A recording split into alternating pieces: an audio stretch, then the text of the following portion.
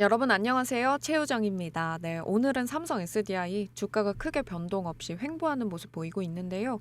요즘 나온 기사 내용 중에서 이 GM 투자 연기, 전기차 둔화, LFP 전환 검토 등 겉으로 봤을 때는 위기처럼 보이기도 합니다.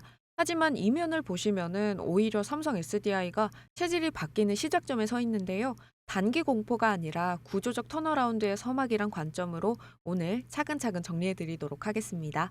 그 전에 먼저 주식시장에서는 시장의 변화를 빠르게 캐치해서 움직이는 게 중요하죠. 지금 화면에 보시는 것처럼 제 채널은 삼성 SDI만 집중적으로 다루고 있습니다. 새로 올라오는 공시와 수급 데이터, 시장의 흐름을 매일 정리해서 전해드리니까요. 여러분들도 구독과 알림 설정 해두셔서 누구보다 먼저 대응하시길 바라겠습니다. 그리고 내용이 도움이 되셨다면 좋아요 혹은 댓글로 저도 알 수 있게 표현해 주시면 감사하겠습니다. 네, 다시 본론으로 돌아와서요. 먼저 악재부터 짚고 가도록 하겠습니다. 삼성 SDI와 GM이 미국 인디애나에 짓고 있는 합작 공장인 시너지셀즈 홀딩스의 장비 발주가 연기됐다고 합니다. 원래는 올해 연말에 발주를 넣을 예정이었는데 이 일정이 내년 초로 밀렸어요. 이유는 전기차 수요 둔화 때문인데요.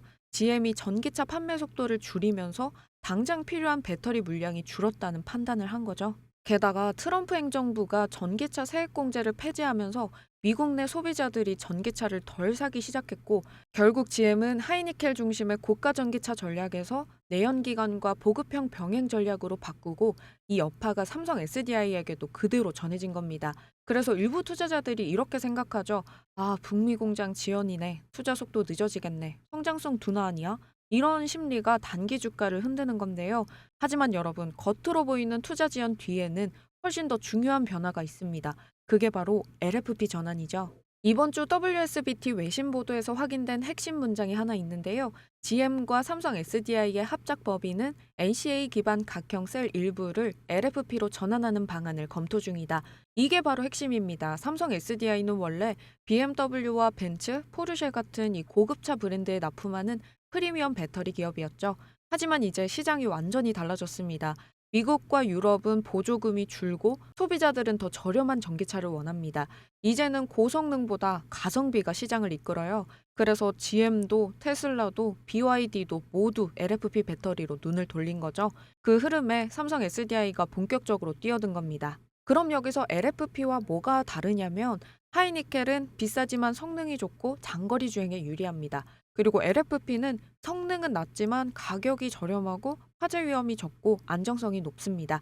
결국 LFP는 대중형 전기차와 ESS에 딱 맞는 구조인 거죠.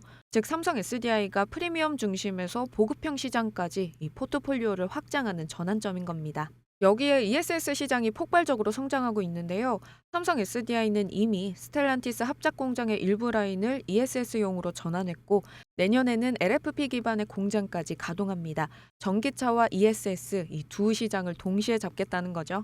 그리고 이런 전략 변화의 기반이 바로 울산 하이테크밸리 초고속 준공이에요. 삼성 SDI가 울산에 짓던 이 산업단지를 원래 7년 걸릴 프로젝트를 단 2년 4개월 만에 끝냈습니다.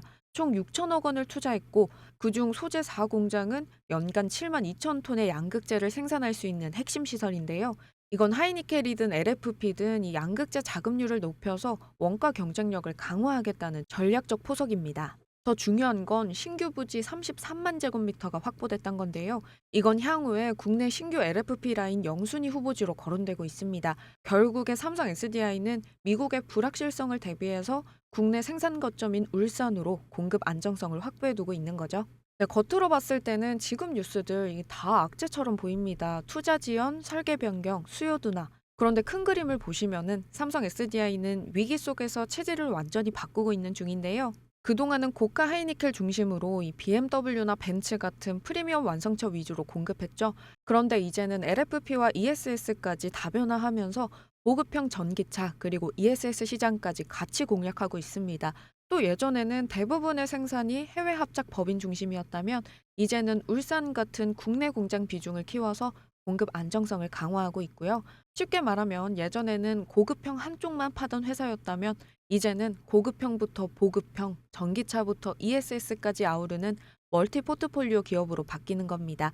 이건 단순히 투자 시기가 늦어진 게 아니라 회사 자체를 다시 세팅하는 사업 구조 리빌딩인 거죠. 자, 정리해 보겠습니다. 먼저 단기적으로는 GM 투자 연기라든가 전기차 둔화 뉴스 때문에 심리적인 악재가 있는 건 맞습니다. 그래서 주가가 좀 흔들릴 수는 있어요. 하지만 그 다음 단계 구조적인 변화를 보시면 이야기가 완전히 달라집니다. 삼성 SDI가 지금 LFP로 진입하고 ESS로 사업을 확장하면서 울산 생산 라인까지 빠르게 돌리기 시작했죠. 이건 단순히 한두 분기 이슈가 아니라 회사의 체질이 바뀌고 있다는 신호입니다.